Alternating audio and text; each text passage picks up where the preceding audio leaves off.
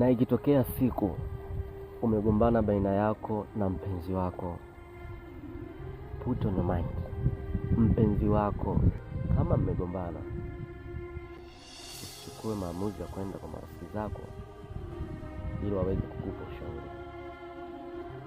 Some of them watakushauri vitu ambavyo wao wangefanya. Of course, si kila mtu ana ushauri mzuri.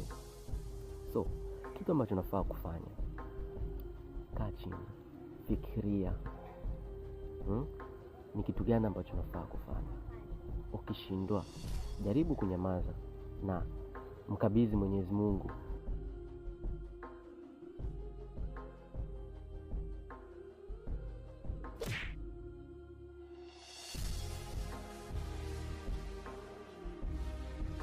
Na ikitokea siku umegombana baina yako na mpenzi wako, put on your mind, mpenzi wako kama mmegombana, usichukue maamuzi ya kwenda kwa marafiki zako ili waweze kukupa ushauri. Some of them watakushauri vitu ambavyo wao wangefanya. Of course, si kila mtu ana ushauri mzuri. So, kitu ambacho unafaa kufanya, kaa chini, fikiria. Ni kitu gani ambacho unafaa kufanya? Ukishindwa, jaribu kunyamaza na mkabidhi Mwenyezi Mungu.